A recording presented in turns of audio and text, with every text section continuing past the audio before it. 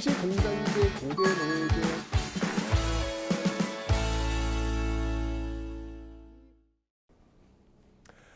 네, 안녕하세요 여러분들. 역사는 체크파. 자, 여러분들 우리 드디어 이제 현대사를 들어왔는데요. 들어가기 전에 그런 생각이 들더라고요. 우리 역사를 쭉 공부했잖아요. 구석기, 돌도끼부터 시작을 했습니다. 그죠?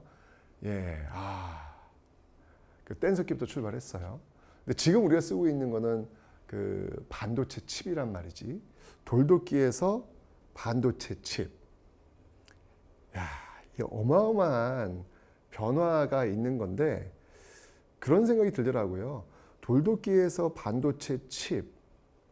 지금 우리는 이 반도체 칩을 가지고 정말 편리한 생활을 하고 있습니다. 여러분 핸드폰으로 모든 걸 다 할 수 있는 것도 이 반도체의 힘 아니겠습니까? 그죠? 그러고 보니까 그런 생각이 들더라고요. 이 돌도끼에서 반도체 칩이 나올 때까지의 보이지 않는 그 수많은 사람들의 고뇌와 실패와 노력과 성공과 기쁨. 와, 이런 것들이 어마어마했겠구나. 정말 우리가 눈으로 셀 수 없는 그 많은 사람들의 그 선물을 우리가 지금 누리고 있구나라는 생각이 들었어요. 그러면서 문득 이런 생각이 들더라고요. 여러분들 우리가 먹는 밥, 내 입에 들어오는 밥, 내 입에 들어와서 나를 생존케 해주는 그 밥, 그 밥이 될 때까지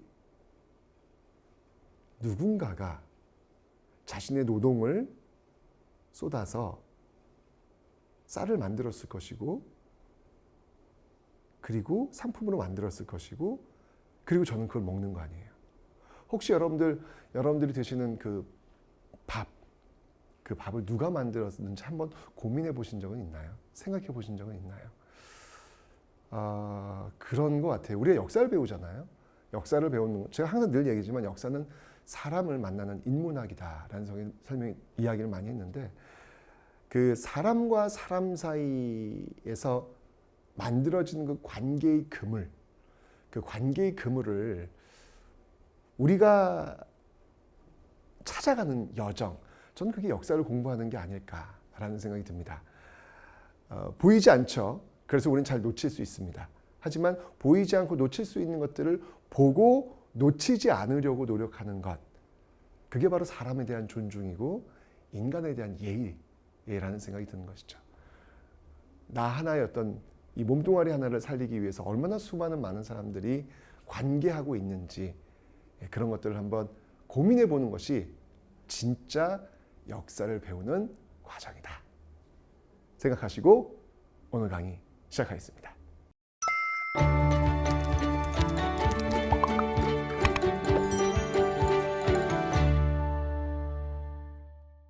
자, 첫 번째 덩어리 바로 이제 대한민국 정부가 수립된 그 과정을 한번 살펴볼 텐데, 광복이 우리의 힘에서 이루어진 것이 아니기 때문에 국제 질서에 의해 가지고 우리는 대한민국 정부 수립까지 올 수밖에 없어요.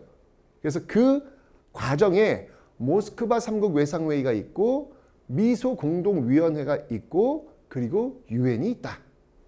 그렇게 해서 대한민국 정부가 수립되었다. 네, 이 과정을 여러분들이 이해하시면 되겠습니다. 줄거리였습니다. 자, 그럼 이제 그 뼈대를 갖고 이제 살을 좀 붙여보는 거예요. 자, 우선 여러분들 광복 이전에 여러 가지 이제 일본 패망은 이제 거의 기정사실로 됐어요 지금. 예, 더 이상 버틸 수 없는 뭐 거의 다 핵폭격까지 떨어지는 상황이기 때문에 이게 뭐 거의 게임이 끝난 거거든. 그 전에 그 카얄포라고 하죠. 카얄포, 카이로 회담, 얄타 회담, 포츠담 회담이 있는데 이 카이로 회담에서 최초로 우리의 독립이 약속이 됩니다. 이것도 참 대단한 거예요. 예. 왜냐하면 다른 식민지에 대한 언급은 없어. 카이로 회담에서 오직 조선, 한국의 독립만 일단 약속을 합니다. 문서화됐다는 이야기죠. 뭐 물론 단서는 묻지만 그런 것들이 여러분들 이전에 많은 독립운동가들이 싸워왔기 때문에 가능한 거예요. 그런 싸움과 저항이 없었다면 이런 독립 약속은 불가능했겠죠, 여러분들. 비록 우리가 우리 힘으로 독립을 시키지 못했지만 바로 이런 노력들이 있었기에 강대국들도 인지하고 있었다는 이야기예요. 왜? 이 한반도에서 정말 많이 저항이었던 그 모습들이 있었기 때문에 무시할 수가 없는 거예요. 그래서 독립이 약속되었던 첫 번째 회담이 바로 이 카이로 회담이었다. 얄타 회담 같은 경우는 이제 이 제2차 세계대전에 소련이 참전하겠다라는 것을 선언한 것이었죠. 그리고 이제 국내에서는요, 이제 일본 패망이 눈 앞에 다가오니까 여운형을 중심으로 해서 조선 건국 동맹이라는 걸 만들어 준비하는 거예요. 이제 누가 봐도 보여. 일본 망하겠구나. 이게 보이는 거야. 보이니까 이제 준비하자라고 해서 조선 건국 동맹을 지금 준비하고 있는 모습들. 자, 그리고 뭐 잘 알겠지만 중국 충칭에는 대한민국 임시정부도 일본 패망을 지금 준비하고 있는 상황이었습니다. 자, 그러다가 일본이 갑작스럽게 항복선언을 해버려요. 참 일본은 도움이 안 돼. 아니 이런 표현이 맞는지 모르겠어. 이게 좀 더 버티지 뭐야. 아니 그러니까 왜냐면 대한민국 임시정부의 한국 광복군인 OSS 부대랑 왜 그 국내 진공작전 준비한다 그랬잖아요. 그죠? 그러니까 일본이 좀만 더 버텨주면 우리가 미국 OSS 부대와 태극기를 들고 들어오는 거야. 그러니까 미국은 이제 해방군 형태로 들어오겠지. 그렇기 때문에 이 한반도의 질서는 국제 질서가 아닌 우리의 힘으로 움직일 수 있는 거야. 그런데 일본이 그 기회를 우리한테 안 준 거야. 오기도 전에 그냥 항복해버린 거야. 이러면서 자연스럽게 미국과 소련은 점령군의 지위로 넘어갈 수밖에 없는 것이죠. 빨리 항복은 해야 되는데 이 시점에서는 조금만 이게 표현이 맞는지 모르겠습니다. 어쨌건 그런 어떤 상황이 된다는 이야기죠. 그래서 1945년 8월 15일 광복은요. 분단과 함께 다가오게 되더라. 왜냐하면 이 소련이 제2차 세계대전에 참전한다라고 선언하면서 아주 빠르게 만주 지역으로 밀고 내려와요. 그러면서 압록강을 건너서 한반도에 너무나도 빠르게 밀고 내려옵니다. 빠르게 밀고 내려오니까 미국으로서는 너무 빠른데 이거? 이러다가 한반도 전체가 다 소련 넘어가겠는데? 라고 해서 소련한테 제안을 해요. 바로 이 38도 선을 경계로 해서 요 위쪽만 소련이 들어와라. 라고 이야기를 한 거죠. 소련이 이걸 받아들입니다. 그래서 38도 선 경계로 해서 소련이 그리고 남쪽인 미국이 그래서 이미 38도선이 광복 이전에 그어진 상태예요. 그러니까 이 광복은 어찌 보면 분단과 함께 동시에 다가왔다. 그러고 보니까 지금 이 순간이 지금까지 연결되고 있는 거잖아. 지금까지. 정말 이 순간의 선택이 이렇게 몇십 년을 지금 좌지우지하고 있습니다. 그죠? 자, 그러는 과정에서 이제 남측에는 미군이 들어왔고 북측에는 소련이 점령군 형태로 들어왔단 말이에요. 자, 들어온 상태에서 그렇다고 우리 독립운동가들은 그냥 그럼 알아서 하세요. 이럴 수는 없잖아. 우리도 나름대로 어떻게든 준비를 해야 될 거 아닙니까? 그죠? 그래서 그 여운형에 의해서 국내에 조선 건국 동맹이라고 광복 이전에 있었던 조직이 있죠. 이 조직이 광복되자마자 바로 이름을 바꿔요. 바로 건국준비위원회, 건준위라고 합니다. 건국준비위원회로 이름을 바꿉니다. 조선건국동맹에서 조선건국준비위원회. 이제 준비하는 거야, 준비하는 거. 그죠? 이렇게 이제 바꿨는데, 조선건국준비위원회, 이 건준위가 가장 중요시하겠던 건 뭐냐면요. 자, 갑자기 지금 일본이 항복하는 바람에 치안의 공백 상태가 벌어진 거예요. 왜냐면 그 이전까지는 어쨌건 간에 일본에 의해서 치안이 유지가 됐잖아. 근데 그 일본이 갑자기 빠져나간 거야. 지켜줄 수 있는 사람이 없는 거야. 치안 유지할 수 있는 사람이 없는 거야. 당연히 그럼 생각해 보세요. 지금 이제까지 치안을 유지하고 있었던 일본이 갑자기 그냥 항복하고 빠져버렸어. 그럼 어떤 일이 벌어질 것 같아? 폭동도 가능할 거 아니에요. 남의 집 들어가가지고 돈 빼앗아 오는 그런 모습도 가능할 거 아니에요. 그죠?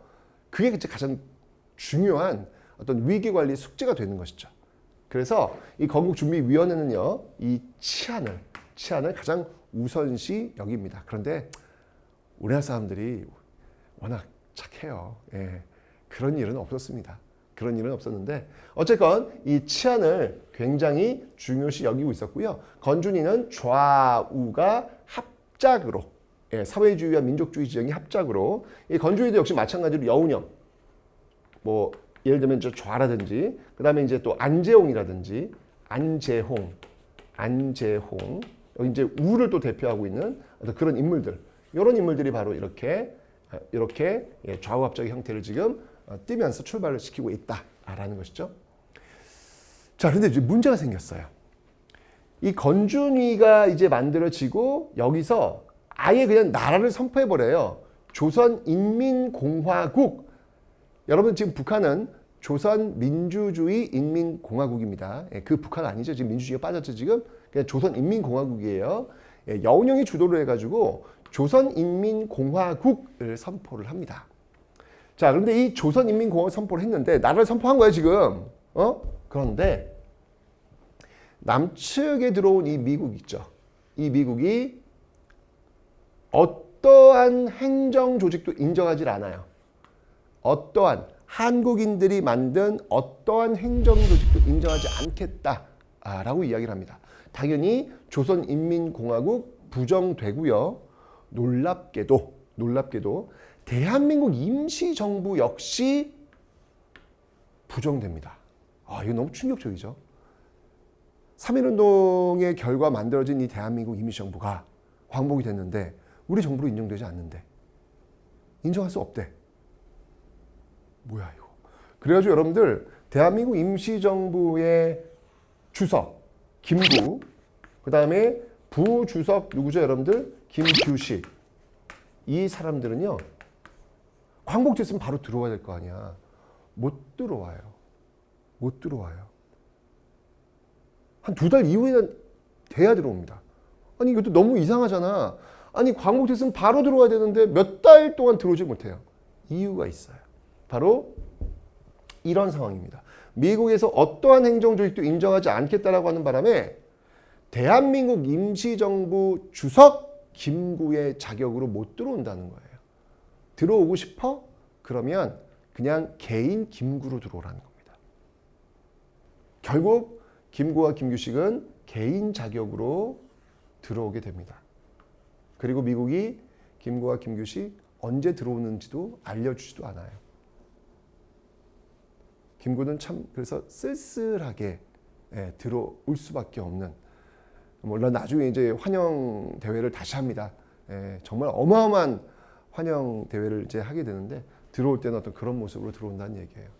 어떤 심정이었을지 참 가슴이 아픕니다. 자, 다시 한번 얘기지만 이 문제는 전적으로 미국과 소련에 의해서 지금 이 한반도 문제는 결정될 수밖에 없는 객관적 정세라는 거, 이걸 잊지 않으셨으면 좋겠습니다. 자, 그러니까 당연히 그들의 주체에 의해서 회의가 열립니다. 그게 바로 모스크바 3국 외상회의라는 거예요. 바로 열립니다. 1945년 12월에 바로 우리 모스크바에서 3국이 만납니다. 이 3국은 미국, 소련, 영국, 이 세 나라가 만나는 것이죠. 여기서 이제 뭐가 결정되냐면 임시정부를 수립하겠다. 굉장히 중요한 게 결정이 돼요. 자, 이 땅 한반도에 임시정부를 수립하겠대요. 한반도 한국인들이 운영하는 임시정부를 수립하겠대요. 정말 다행이죠. 그런데 조건이 있어요. 일정 기간 동안 신탁 통치를 하겠답니다. 이 3국, 미국, 소련, 영국, 그리고 중국. 4개의 나라가 신탁 통치를 하겠다는 거예요. 특정 기간 동안. 그러니까 완전한 독립은 아니라는 이야기죠. 임시정부는 세워줄 건데 임시정부를 일단 우리가 통제할게. 신탁 통치라고 하는 건 뭐냐면 이 4나라가 그 임시정부를 통제하겠다는 이야기예요. 그러니까 완전한 자주독립은 아니라는 이야기지. 특정 기간 동안은. 이 문제를 해결하기 위해서 실제적으로 지금 미국과 소련이 지금 여기 점령을 들어왔잖아. 그죠? 그러니까 영국 뭐 조금 멀어지죠. 중도 지금 바빠. 지금 중국은 지금 안에 지금 공산당 모태통하고 지금 장기에서 싸워야 되기 때문에 정신없어 지금. 빠지고. 그러니까 실질적으로 미국과 소련밖에 남지 않아요. 이 한반도 문제의 주체는 이 2나라라고요. 그래서 이 문제, 모스크바 3국 외상회의 이 문제를 좀 더 구체화시키기 위해서 미국과 소련이 만나는 거야. 이걸 공동위원회라고 합니다. 미소 공동위원회를 열기로 합의를 봐요. 자, 요 세 가지 임시정부 수립한다. 그러나 일정 기간 동안에 그 임시정부 신탁 통치한다. 강대국들이 이 문제를 해결하기 위해서 실질적 당사자를 할 수 있는 미국과 소련이 공동위원회 연다. 이게 이제 결정이 된 거예요. 자, 이게 이제 딱 결정이 되니까 다시 한번 얘기지만 아쉽죠. 지금 여러분들 지금 이게 우리 문제인데 지금 우리가 지금 결정 못 하고 있는 상황이야. 근데 이해는 해야 되는 거예요. 지금 왜 그런지를 제가 설명드렸습니다. 자, 이런 상황 속에서 이 모스크바 3국 외상회의가 알려지는데 그때 이 동아일보에서 오보가 나가요. 어떤 오보가 나가냐면 임시정부 수립 이야기가 나가질 않아요. 오로지 신탁 통치 이야기만 나간 거야. 동아일보에. 받아봤어. 뭐야? 신탁 통치? 미친 거 아니야? 이거 우리 독립 아니잖아. 당연히 이런 반응 나올 수밖에 없잖아요. 그래서 이 동아일보에서 이 신탁 통치, 모스크바 3국 외상회의는 신탁 통치다라는 게 나갔을 땐 사회주의 세력이라고 할 수 있는 좌나 민족주의 진영이 포함되어 있는 우나 모두 반대합니다. 당연하겠지. 이거 누가 찬성하겠어요. 그죠? 그런데 나중에 이 좌익 진영에서 알아보니 임시정부 수립이라고 하는 내용이 있더라라는 거예요. 그러면서 이 좌익 진영은요, 맨 처음엔 반대했지. 이 내용이 없을 때는. 근데 이 내용이 있다고 안 순간 좌익은 입장을 바꿉니다. 일단은 임시정부를 빨리 세우고 우리가 그 신탁 통치 기간을 줄여 나가자 라고 이제 입장을 선회한 거예요. 그래서 이 좌익 진영은 맨 처음에는 이 동아일보에 오보가 나갔을 때는 반대하다가 다시 이 임시정부 수립이라는 내용이 있다는 걸 안 순간 입장을 바꿔가지고 모스크바 3국 외상회의를 총체적으로 지지하겠다라는 입장으로 바꾸게 됩니다. 반면 민족주의 진영이라 할 수 있는 이 우는요. 임시정부 수립이 있건 뭐가 있건 다 필요 없다. 신탁 통치라고 하는 내용이 있으면 이건 말이 안 된다.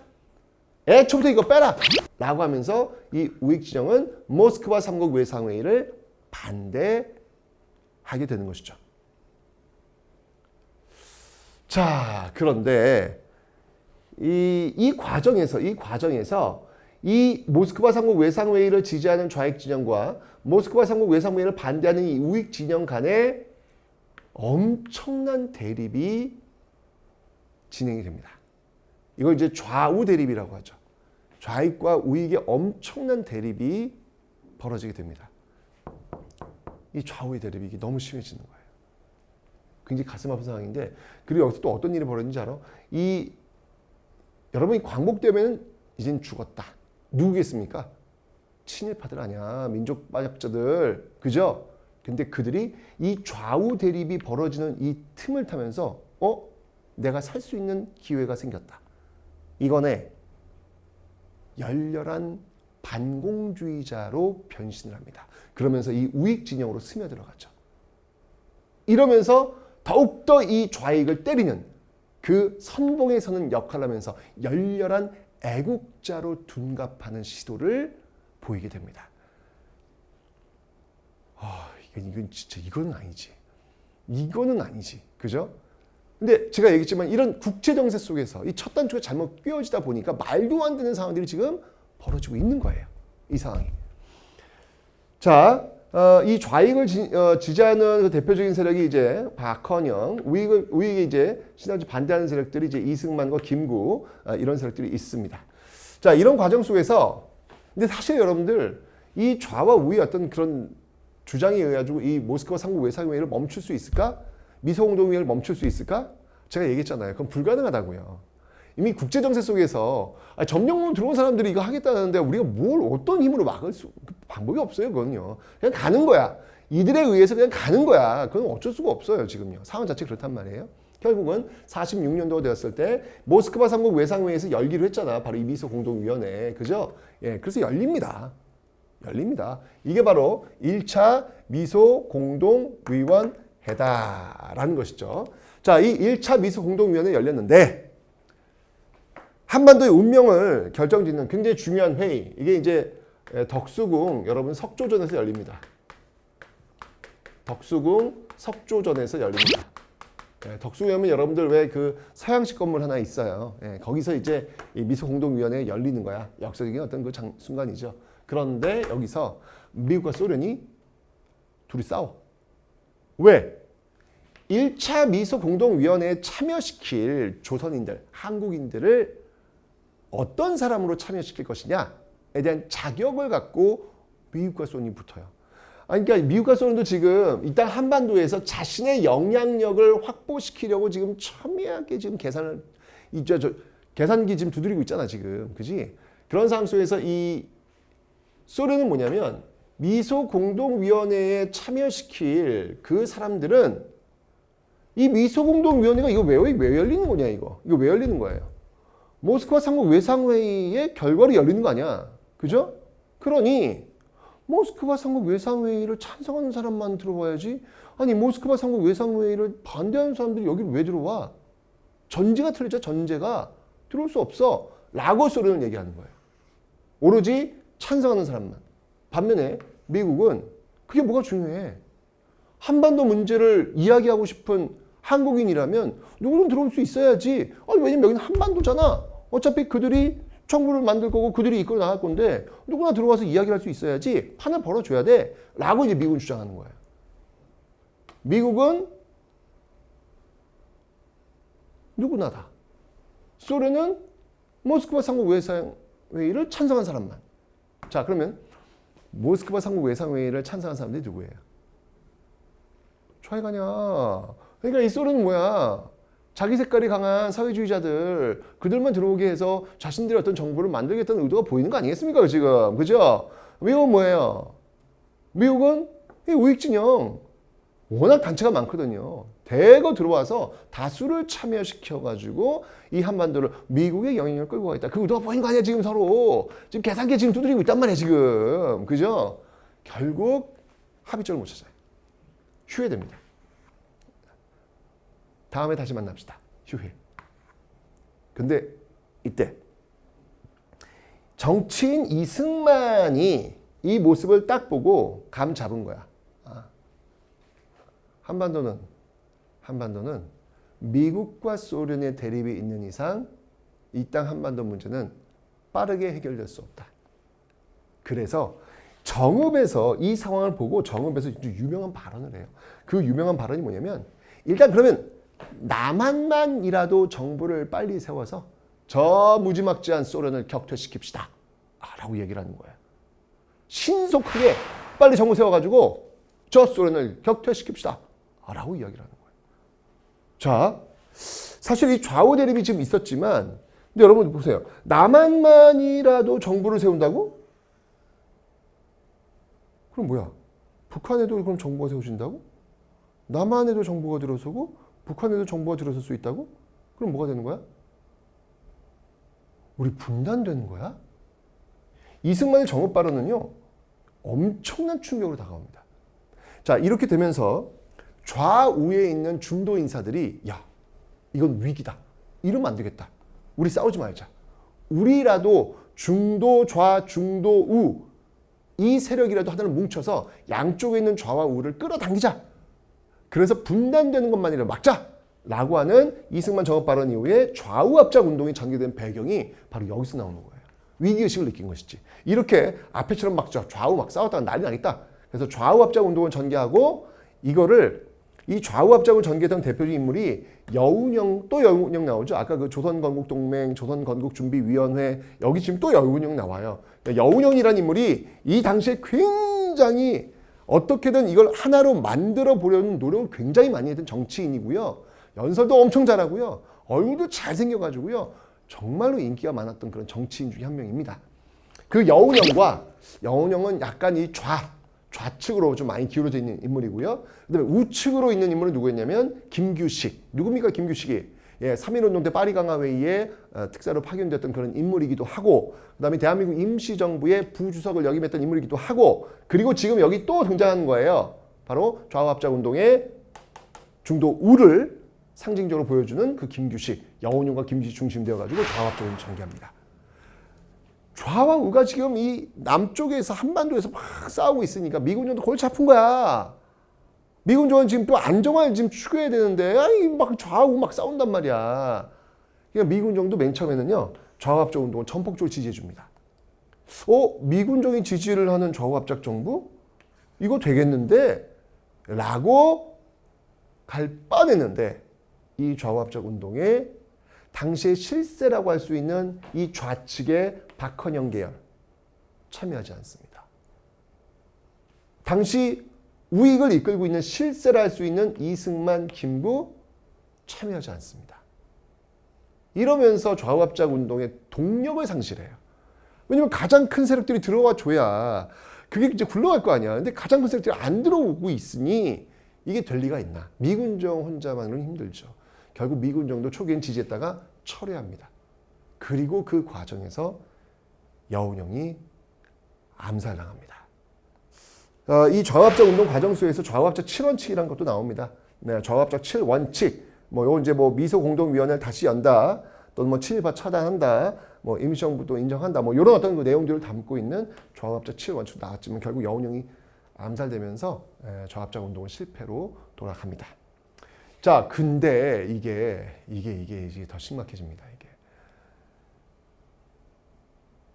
47년도로 넘어가면서 무슨 상황이 세계사적 상황이 벌어지냐면 이 트루먼 독트린이라는 게 나와요. 트루먼 독트린, 미국 대통령이지 않습니까? 트루먼이 뭐냐면 냉전, 소련과 미국 간의 그 냉전의 시작을 알리는 트루먼 독트린이라는 것을 발표하게 됩니다. 뭐야? 지금 이 한반도의 운명은 누구랑 지금 결정하는 거예요. 미국과 소련이 결정하기로 했잖아. 그럴 수밖에 없잖아 지금. 그지? 그런데 그 한반도 운명의 주체인 미국과 소련이 냉전을 시작했대. 전쟁을 시작했대. 총들을 빵빵빵 쏘는 건 열전이라 그래요. 예. 그런데 총성 없는 전쟁, 이걸 냉전이라고 하는 거예요. 이거 전쟁을 시작했다는 거야. 어떻게 된 거야, 우리는? 느낌이 안 좋지 않아요, 여러분들? 미국과 소련이 지금 본격적으로 싸우기 시작했대. 그들이 회담해가지고 좋은 탈방을 나와야 되는데 싸우기 시작했대. 그럼 우리 어떻게 된 거야? 결국 다시 열린 2차 미소공동위원회 똑같이 그 자격 문제로 결론 안 나요.